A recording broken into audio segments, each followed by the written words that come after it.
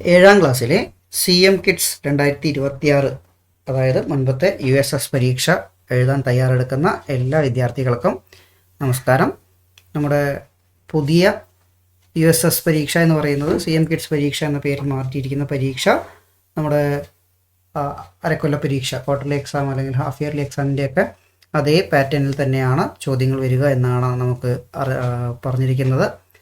അത്തരത്തിലുള്ള നോട്ടിഫിക്കേഷൻ നമുക്ക് വന്നിരിക്കുന്നത്. അപ്പോൾ സംസ്കൃതത്തിലും അത്തരത്തിലുള്ള മാറ്റങ്ങളുണ്ട് എന്ന് നമുക്കറിയാം.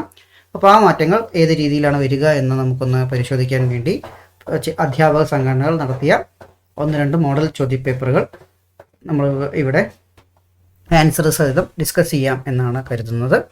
അപ്പോൾ ആദ്യമായിട്ട് ഇവിടെ നമ്മൾ ചർച്ച ചെയ്യുന്നത് KSTU എന്ന അധ്യാപക സംഘടന നടത്തിയ model question paper, CM kids 2026 മാതൃകാ പരീക്ഷയുടെ സംസ്കൃതത്തിൻ്റെ ചോദ്യപേപ്പറാണ്. അപ്പോൾ നമുക്ക് നേരിട്ട് ചോദ്യപേപ്പർ വീഡിയോയിലേക്ക് പോകാം. നോക്കൂ, ഇവിടെ ഒന്നാമത്തെ ചോദ്യം നോക്കൂ. ഉപഹാസേന സഹ വർത്തത്തെ ഇതി എന്നതിൻ്റെ ഏകപദം കിം ഡാഷ്. ഏകപദം കിം. എന്താണ് ഇതിൻ്റെ ഏകപദം? ഏകപദം എന്ന് വെച്ചാൽ ഒറ്റ വാക്ക്. അതായത് നമ്മുടെ പാഠഭാഗങ്ങളിലെ വിഗ്രഹം വിഗ്രഹ എന്ന ഭാഗം നമ്മൾ കൃത്യമായി പഠിക്കണം എന്നുള്ളതാണ് ഇവിടെ നമുക്ക് മനസ്സിലാക്കാൻ കഴിയുക. ഈ തരത്തിലുള്ള 1-2 വിഗ്രഹവാക്യങ്ങൾ നമുക്ക് എന്ത് ചെയ്യാം, അങ്ങോട്ട് തിരിച്ചോ ഇങ്ങോട്ട് തിരിച്ചോ ചോദിക്കാൻ സാധ്യതയുണ്ട്. അപ്പോൾ എല്ലാ വിഗ്രഹങ്ങളും പദച്ഛേദങ്ങളും കൃത്യമായിട്ട് നമ്മൾ പഠിച്ചിരിക്കേണ്ടത് ഫുൾ മാർക്ക്, സംസ്കൃതം പോലത്തെ വിഷയങ്ങളിൽ ഫുൾ മാർക്ക് സ്കോർ ചെയ്യാൻ വളരെ അത്യന്താപേക്ഷിതമാണ് എന്ന് നമുക്ക് മനസ്സിലാക്കണം. അപ്പോൾ ഇതിൽ ഉത്തരങ്ങൾ നോക്കൂ, എന്തൊക്കെയാണ്? സാപഹാസം, സഹപഹാസം, സോപഹാസം, സുപഹാസം. അപ്പോൾ ഇതിൽ ഏതാണ് ഉത്തരം വരിക? പറയൂ. ഉപഹാസേന സഹ വർത്തത എന്നതിൻ്റെ ഉത്തരം സോപഹാസം എന്നുള്ളതാണ്. ഓക്കെ, ശരി. നമുക്ക് അപ്പോൾ ചിലപ്പോൾ ഇത് തിരിച്ചു ചോദിക്കാം. സോപഹാസം വിഗ്രഹം കുരുത എന്ന് പറഞ്ഞിട്ട് പറയാം. അപ്പോൾ അവിടെ എന്ത് പറയാം? ഉപഹാസേന സഹ വർത്തതേ എന്നുള്ളത് നമുക്ക് എഴുതാൻ കഴിയണം. മനസ്സിലാവണം. ഓക്കെ, രണ്ടാമത്തെ ചോദ്യത്തിലേക്ക് കിടക്കാം. ആത്മോപദേശ ശതകസ്യ കർത്ത കഹ. ആത്മോപദേശ ശതകം എഴുതിയത് ആര്? അപ്പോൾ ഇവിടെ 4 ഓപ്ഷൻസ് ആണുള്ളത്. ശ്രീനാരായണ ഗുരു, ചട്ടമ്പിസ്വാമി, വിവേകാനന്ദൻ, നാരായണ ഭട്ട. അപ്പോൾ ഇവിടെ നമ്മൾ ശ്രദ്ധിക്കേണ്ടത്, നമുക്ക് ശ്രീനാരായണ ഗുരുവിനെ പറ്റിയിട്ടുള്ള ഒരു വാക്ക് മാത്രമേ നമ്മുടെ പാഠഭാഗത്തിൽ വരുന്നുള്ളൂ, ഒരു ശ്ലോകം മാത്രമേ വരുന്നുള്ളൂ. അപ്പോൾ നമ്മൾ ഈ ഒരു ചോദ്യം വന്നിരിക്കുന്നത് ജനറൽ നോളേജ് എന്നൊരു കാറ്റഗറിയിൽ നിന്നാണ്. അപ്പോൾ അത്തരത്തിലുള്ള സംസ്കൃത സംബന്ധിയായിട്ടുള്ള ജനറൽ നോളേജ് ചോദ്യങ്ങളും വരാൻ നമുക്ക് സാധ്യതയുണ്ടെന്ന് മനസ്സിലാക്കുക. അപ്പോൾ ഈ ഒരു ഗ്രന്ഥം എഴുതിയത് ആരാണ്? ശ്രീനാരായണ ഗുരു തന്നെയാണ്. അപ്പോൾ നിങ്ങൾ ശ്രദ്ധിക്കേണ്ടത്, ശ്രീനാരായണ ഗുരു ഒരു സംസ്കൃത പണ്ഡിതൻ കൂടിയായിരുന്നു. അദ്ദേഹത്തിൻ്റെ ഗ്രന്ഥങ്ങൾ ഏതൊക്കെയാണ്? നമ്മൾ 4ാം ക്ലാസ്സിൽ പഠിച്ചിട്ടുണ്ട് 5 ഗ്രന്ഥങ്ങൾ. ദൈവദശകം, ദർശനമാല, അദ്വൈത ദീപിക, വേദാന്ത സൂത്രം, ആത്മോപദേശ ശതകം എന്നിങ്ങനെ 5 ഗ്രന്ഥങ്ങളുണ്ട്. അപ്പോൾ ആ 5 ഗ്രന്ഥങ്ങളും നമുക്ക് അറിഞ്ഞിരിക്കേണ്ടത് അത്യാവശ്യമാണ് എന്നുള്ളത് കൂടി ശ്രദ്ധിക്കുക. ഓക്കെ, മൂന്നാമത്തെ ചോദ്യം നോക്കൂ. മാതാ ഡാഷ് സഹ ആപണം ഗച്ഛതി. ഇതൊരു ഗ്രാമർ ക്വസ്റ്റ്യനാണ്. മാതാ ഡാഷ് സഹ ആപണം ഗച്ഛതി. അപ്പോൾ ഇവിടെ മാതാ എന്ന് വന്നിട്ടുണ്ട്, അതിനുശേഷം സഹ എന്ന വാക്ക് വന്നിട്ടുണ്ട്. എപ്പോഴും ശ്രദ്ധിക്കണം, സഹ, സമം, സാർദ്ധം, സാകം എന്നീ 4 വാക്കുകളുടെ കൂടെ എപ്പോഴും തൃതീയ വിഭക്തിയാണ് നമ്മൾ എന്ത് ചെയ്യേണ്ടത്? പ്രയോഗിക്കേണ്ടത്. അപ്പോൾ ഇവിടെ പുത്രം, പുത്രേ, പുത്രായ, പുത്രേണ എന്നുള്ളതൊക്കെ ഉണ്ട്. അപ്പോൾ നമുക്ക് തൃതീയ വിഭക്തി എന്ന് പറയുന്നത് പുത്രേണ എന്നുള്ളതാണ്. അപ്പോൾ പ്രത്യേകം ശ്രദ്ധിക്കുക, സഹ, സമം, സാർദ്ധം, സാഗം എന്ന് പറയുമ്പോൾ തൃതീയ നമുക്ക് പ്രയോഗിക്കാൻ കഴിയണം എന്നുള്ളത്.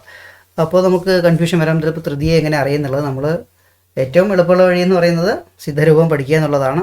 പക്ഷേ ഇവിടെ എല്ലാം രൂപങ്ങളും നമുക്ക് പഠിക്കാൻ കഴിയില്ല എന്ന് നമുക്കറിയാം. അപ്പോൾ സാധാരണഗതിയിൽ പുല്ലിംഗ പദങ്ങളാണെങ്കിൽ പുത്രേണ, ഏന എന്ന വാക്കാണ് നമുക്ക് എന്ത് ചെയ്യുക സാധാരണഗതിയിൽ വരിക, ഏകവചനത്തിൽ കേട്ടോ. പുത്രേണ, കൃഷ്ണേന, രാമേന തുടങ്ങിയ വാക്കുകളൊക്കെയാണ് വരിക. സ്ത്രീലിംഗമാണെങ്കിൽ തൂലികയ. ഇപ്പോൾ മാതാ പുത്രി എന്നായിരുന്നെങ്കിൽ പുത്ര്യാസഹ എന്നാണ് വരേണ്ടിയിരുന്നത്. അതുപോലെ തന്നെ ലത എന്നാണെങ്കിൽ ലതയാ സഹ എന്നാണ് വരേണ്ടിയിരുന്നത്. ഇതേ തന്നെ പിത എന്നുള്ളതാണ് വന്നിരുന്നെങ്കിൽ പിത അല്ലെങ്കിൽ മാതായാണ്. ഇപ്പോൾ ലത ഡാഷ് സഹ ആപണം ഗച്ഛതി എന്നുള്ളത് വന്നിരുന്നെങ്കിൽ ഉത്തരം മാതാ, മാത്രേ, മാതരം, മാത്ര എന്നായിരിക്കും ചിലപ്പോൾ വരിക. അപ്പോൾ അതിൽ ഉത്തരം ശ്രദ്ധിക്കേണ്ടത് മാത്ര എന്നുള്ള. പിത മാത എന്നുള്ള വാക്കുകൾ, ഭ്രാത എന്നീ വാക്കുകൾ വരുമ്പോൾ ശ്രദ്ധിക്കുക, അതിൻ്റെ തൃതീയ എന്ന് പറയുന്നത് പിത്ര, മാത്ര, ഭ്രാത്ര എന്നുള്ളതാണ്. അത് മാത്രം ഒന്ന് ശ്രദ്ധിച്ചാൽ മതിയാവും. ഇത്തരത്തിലുള്ള ചോദ്യങ്ങളാണ് വരിക. മാഷ് നേരത്തെ USSന് വേണ്ടി എടുത്ത ചോദ്യപേപ്പർ വീഡിയോസിൽ ഈ ഗ്രാമർ വീഡിയോ ഇട്ടിട്ടുണ്ട്. അപ്പോൾ അത് ഞാൻ ഇതിൻ്റെ ഡിസ്ക്രിപ്ഷനിൽ ആ വീഡിയോ കൂടി പോസ്റ്റ് ചെയ്യാം. ഓക്കെ. 4ാമത്തെ ചോദ്യം നോക്കൂ. കേരള കലാമണ്ഡല സ്ഥാപകഃ കഃ എന്നുള്ളതാണ്. കേരള കലാമണ്ഡലം സ്ഥാപിച്ചത്. വീണ്ടും നമുക്ക് എന്തായി ഒരു ജനറൽ നോളജ് ക്വസ്റ്റ്യൻ ആണ് വന്നിരിക്കുന്നത്. ആരാണ് കേരള കലാമണ്ഡലം സ്ഥാപിച്ചത്? കുമാരനാശാൻ, ഉള്ളൂർ, വള്ളത്തോൾ, വൈലോപ്പള്ളി. നമുക്ക് എല്ലാവർക്കും അറിയാം. വള്ളത്തോൾ നാരായണ മേനോൻ ആണ് എന്ത് ചെയ്തിരിക്കുന്നത്? നമ്മുടെ കേരള കലാമണ്ഡലം, ചെറുതുരുത്തിയിലുള്ള കേരള കലാമണ്ഡലം സ്ഥാപിച്ചിരിക്കുന്നു. അപ്പോൾ വള്ളത്തോൾ എന്ന ഉത്തരം എഴുതിയാൽ നമുക്കവിടെ മാർക്ക് ലഭിക്കും. അടുത്തത്, വത്സ ആത്മപ്രശംസയ കിം പ്രയോജനം? കസ്യ വചനവിധം. വത്സ പ്രിയപ്പെട്ടവനെ, ആത്മപ്രശംസ കൊണ്ട് കിം പ്രയോജനം, കസ്യ വചനം, ഇത് ആരുടെ വചനമാണ്? അപ്പോൾ പാഠഭാഗങ്ങളിലെ ഓരോ സന്ദർഭത്തിലും, പ്രത്യേകിച്ച് പ്രധാനപ്പെട്ട സന്ദർഭങ്ങളിലുള്ള സംഭാഷണ ശകലങ്ങൾ നമുക്ക് എന്ത് ചെയ്യാം, വരാൻ സാധ്യത. ഇതൊക്കെ ഒരു മോഡലാണ് കേട്ടോ. ഇങ്ങനെ തന്നെ വന്നേക്കാമെന്നൊന്നും പറയുന്നില്ല. നേരത്തെ വന്ന ചോദ്യങ്ങളെല്ലാം ഉറപ്പാണ്. ഈ ഇത്തരത്തിലുള്ള ചോദ്യങ്ങൾ ഇപ്രാവശ്യം ഉണ്ടാവും നമുക്ക് അറിഞ്ഞുകൂടാ. എങ്കിലും മുൻപത്തെ ഒരു പാറ്റേൺ വെച്ചിട്ട് ഇത്തരത്തിലുള്ള ചോദ്യങ്ങളും നമുക്ക് പ്രയോഗിക്കാം. അപ്പോൾ ആത്മപ്രശംസ കൊണ്ട് എന്താണ് പ്രയോജനം എന്ന് ചോദിക്കുന്നുണ്ട്. അത് ഉത്തരങ്ങൾ നമുക്ക് നോക്കി അറിയാം. സമ്പാദേഹേ ജഡായുഷഃ സുഗ്രീവസ്യ ഹനുമതഃ എന്ന് പറയുന്നുണ്ട്. അപ്പോൾ ഇത് ഏത് പാഠഭാഗവുമായി ബന്ധപ്പെട്ടതാണ്? 3ാമത്തെ പാഠഭാഗവുമായി ബന്ധപ്പെട്ടതാണ്. അപ്പോൾ ഇതിൽ കൃത്യമായിട്ട് നമുക്ക് ആരൊക്കെ അതിലുള്ളൂ? 2 പേര്, സമ്പാദിയും ജഡായുവും മാത്രമേ ഉള്ളൂ. അപ്പോൾ ഇങ്ങനെ പറയുന്നു, വത്സ പ്രിയപ്പെട്ടവനെ എന്ന് വിളിക്കണമെങ്കിൽ ആരായിരിക്കും വിളിച്ചിട്ടുണ്ടാവുക? ചേട്ടനായിരിക്കും, അനിയനായിരിക്കും? ചേട്ടനായിരിക്കും അല്ലേ. അനിയൻ പ്രിയപ്പെട്ടവനെ എന്നൊന്നും ഏട്ടനെ വിളിക്കേണ്ട കാര്യമില്ലല്ലോ അല്ലേ. നമ്മൾ ഇളയരോടാണല്ലോ കുറച്ച് സ്നേഹത്തിൽ പറയുക. മുതിർന്നവരോട് കുറച്ചുകൂടി ബഹുമാനത്തിലായിരിക്കും പറയുക. അപ്പോൾ ഇതിൽ ജ്യേഷ്ഠനാരാണ്? സമ്പാദിയാണോ ജഡായുവാണോ? ജ്യേഷ്ഠനായിട്ടുള്ളത് സമ്പാദിയാണ്. അപ്പോൾ A ആണ് ഇവിടെ ഉത്തരം. ഓക്കെ. 6ാമത്തെ ചോദ്യം നോക്കൂ. പഠതു ഇത്യസ്യ പദസ്യ ലകാരഃ. നമ്മൾ 4 ലകാരങ്ങൾ ആണ് എപ്പോഴും പഠിച്ചിരിക്കുന്നത്. 10 ലകാരങ്ങളുണ്ടെങ്കിൽ പോലും പ്രധാനപ്പെട്ട ലകാരങ്ങളായിട്ട് UP വിഭാഗത്തിൽ നമ്മൾ പഠിക്കുന്നത് ലട്ട്, ലങ്, ഋട്ട്, ലോട്ട് എന്നുള്ള 4 ലട്ട് വർത്തമാനകാലമാണെന്നറിയാം, ലങ് ഭൂതകാലമാണെന്നറിയാം, ഋട്ട് ഭാവി കാലമാണ്. പഠതു എന്നുള്ളത് ആജ്ഞാ അപേക്ഷ പ്രയോഗിക്കുന്ന ഒരു ലകാരമാണ്. അപ്പോൾ പഠിക്കൂ, അതേതാണ്? നമ്മൾ 5ാം ക്ലാസ് തൊട്ട് പഠിക്കുന്ന വാക്കാണ്, ലോട്ട് എന്നാണ്. അപ്പോൾ എപ്പോഴും ആലോചിക്കുക, ലട്ട് വർത്തമാനകാലം, ലങ് ഭൂതകാലം, ഋട്ട് ഭാവി കാലം. ഈ 3 കാലങ്ങളിലും പെടാത്തതാണ് ലോട്ട്. ഓക്കെ. അപ്പോൾ ഈ ലോട്ട് ആലോചിക്കുമ്പോൾ എപ്പോഴും ശ്രദ്ധിച്ചാൽ മതി, ലോട്ട് ഓഫ് താങ്ക്സ്. അങ്ങനെ ഒരു ചെറിയൊരു കോഡ് വെച്ച് പഠിച്ചാൽ ലോട്ട് എന്നുള്ളത് എന്താണ്? ഒരു കൃതജ്ഞത, നന്ദി സൂചകമായിട്ട് പറയുന്ന വാക്ക് എന്നുള്ള രീതിയിൽ നമുക്ക് എന്ത് ചെയ്യാം, ഓർക്കാൻ വേണ്ടി ഓർത്ത് വയ്ക്കാം.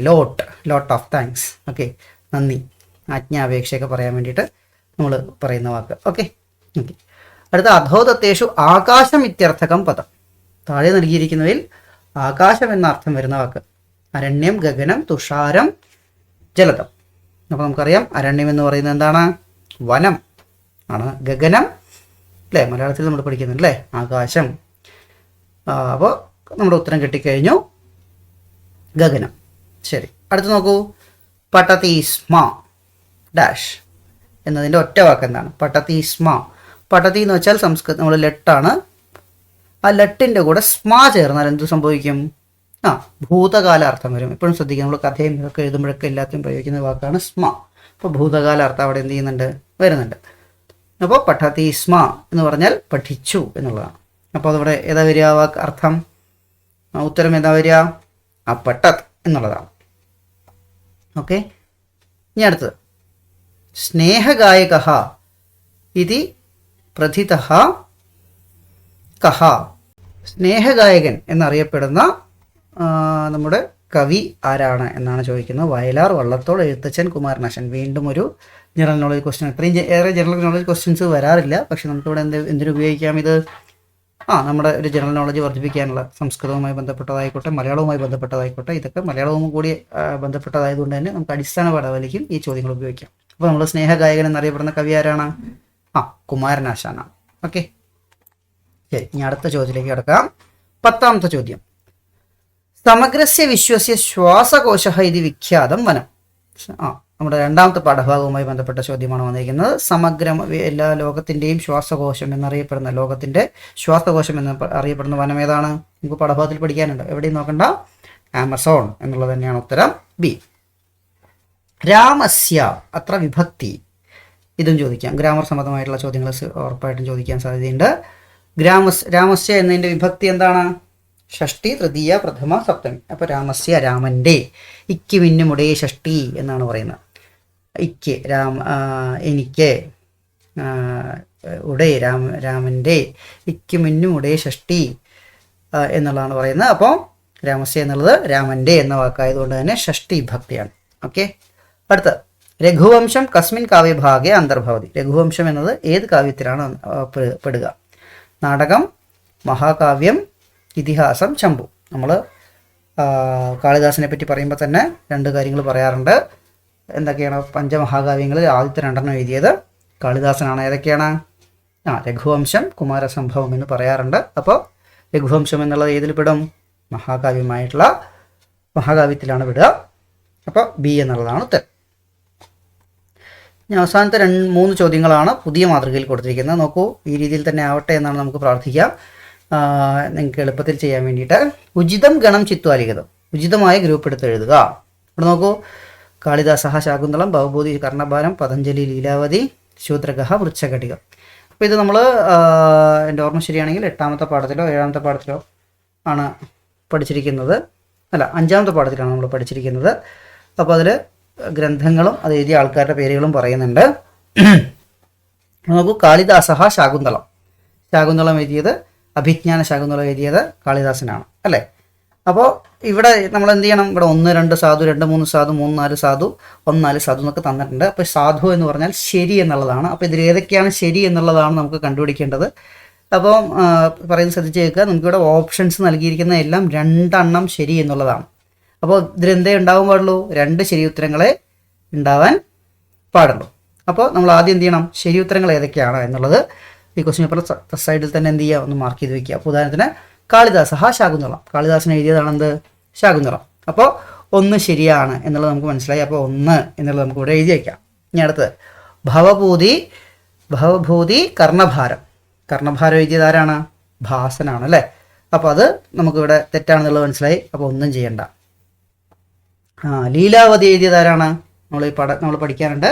ഭാസ്കരാചാര്യനാണ് ലീലാവതി എഴുതിയത്, പതഞ്ജലി അല്ല. അപ്പോൾ 2ഉം 3ഉം ശരിയല്ല എന്നുള്ളത് മനസ്സിലായി. 4ാമത്തെ എന്താണ്? അപ്പോൾ തീർച്ചയായിട്ടും മറ്റു 2ഉം തെറ്റായി ആവുമ്പോൾ സ്വാഭാവികമായിട്ടും അവസാനത്തെ ശരിയായിരിക്കും അല്ലേ? ശൂദ്രഗഹ, വൃക്ഷഘടികം എഴുതിയത് ശൂദ്രകനാണ്. അപ്പോൾ 1ഉം 4ഉമാണ് ശരി. അപ്പോൾ ഉത്തരം ഏതാ വരിക? 1ഉം 4ഉം ശരി എന്നുള്ളതിനെ പറഞ്ഞോളൂ. ഡി, 1, 4 സാധു. ഇതാണ് എടുത്തിട്ടുള്ളത്. ഇനി അടുത്തത് ഉചിതം പദച്ഛേദം ചിത്വാലിഖത. ഉചിതമായ പദച്ഛേദം. മാഷ് നേരത്തെ പറഞ്ഞു ആദ്യത്തെ ചോദ്യം വിഗ്രഹമായിരുന്നു. അപ്പോൾ തന്നെ പറഞ്ഞിരുന്നു പദച്ഛേദങ്ങൾ വരും എന്നുള്ളത്. അപ്പോൾ ഇവിടെ പദച്ഛേദം നോക്കൂ, എന്തൊക്കെയാണ് തന്നിരിക്കുന്നത്? തസ്യൈവ, തസ്യ പ്ലസ് ഏവ, തസ്യ പ്ലസ് ഇവ, തസ്യ പ്ലസ് വ, തസ്യ പ്ലസ് ഏവ, തസ്യ പ്ലസ് ഏവ. അപ്പോൾ തത്ര പ്ലസ് ഏവ എന്താണ്? തത്രൈവ. അപ്പോൾ അതേ മാതൃകയിൽ തന്നെയാണ് ഇവിടെ വരുന്നത്. തസ്യ പ്ലസ് ഏവയാണ് എന്ത് വരിക? തസ്യൈവ. ഇനി നോക്കുക, ഒരു പ്രസ്താവന ചോദ്യം വന്നിട്ടുണ്ട്. അധോദത്തേഷു രാമായണം അധികൃത്യ അനുചിത പ്രസ്താവനാക്കാം. ഓക്കെ, ഏതൊക്കെയാണ്? എന്താ ചോദിച്ചിരിക്കുന്ന? അനുചിത. നേരത്തെ ഉചിതമായത് കണ്ടുപിടിക്കാനാണ് പറഞ്ഞത്, ഇവിടെ അനുചിതമായത്. അപ്പോൾ നമ്മൾ ചോദ്യം എന്താണെന്നുള്ളത് ശരിക്കും ശ്രദ്ധിച്ച് വേണം എന്ത് ചെയ്യണം? എഴുതാൻ. അനുചിതമായ പ്രസ്താവനകൾ ഏതൊക്കെയാണ്? അപ്പോൾ അനുചിതം എന്ന് പറഞ്ഞാൽ തെറ്റായത് ഏതൊക്കെയെന്ന് മാത്രം എഴുതിയാൽ മതി. അപ്പോൾ നോക്കൂ, 1 ആദികാവ്യം ഭവതി. രാമായണം ആദികാവ്യമാണോ? അതെ. അത് അനുചിതമാണോ? അല്ല. അപ്പോൾ അത് ശരിയായിട്ടുള്ളതാണ്. സപ്തകാണ്ഡാനി സന്ധി, 7 കാണ്ഡങ്ങളാണുള്ളത്. നമ്മുടെ 3ാമത്തെ പാഠഭാഗത്തിൽ കൃത്യമായിട്ട് വന്നിട്ട് 7 കാണ്ഡങ്ങളാണുള്ളത്. വേദവ്യാസേന വിരചിതം ഭവതി. രാമായണം എഴുതിയത് വേദവ്യാസനാണ്. ആണോ? അല്ല. രാമായണം എഴുതിയത് ആരാണ്? പറഞ്ഞോളൂ. വാൽമീകിയാണ് അല്ലേ. വേദവ്യാസൻ എഴുതിയത് മഹാഭാരതമാണ്. അപ്പം 3 തെറ്റാണെന്ന് മനസ്സിലായി. ഇതിഹാസം ഭവതി. രാമായണം ഒരു ഇതിഹാസം ആണ്. അപ്പോൾ ഇതിലേത് മാത്രമാണ് തെറ്റ്? 3 മാത്രമാണ് തെറ്റ്. അപ്പോൾ സി എന്നുള്ളതാണ് ഉത്തരം. ഓക്കെ. അപ്പോൾ ഈ രീതിയിലാണ് ഈ KSTU നടത്തിയ മാതൃകാ പരീക്ഷ വന്നിരിക്കുന്നത്. വളരെ കുറച്ച് ചോദ്യങ്ങൾ മാത്രമേ പുതിയ മാതൃകയിൽ വന്നിട്ടുള്ളൂ എന്നുള്ളത് ശ്രദ്ധിക്കുക. ഇനി അടുത്ത വീഡിയോയിൽ നമുക്ക് മറ്റൊരു അധ്യാപക സംഘടനയുടെ ചോദ്യപേപ്പർ പരിശോധിക്കാം. ഈ വീഡിയോ നിങ്ങൾക്ക് എല്ലാവർക്കും ഉപകാരപ്പെട്ടു എന്ന് കരുതുന്നു. പുനർമില്ലാമ.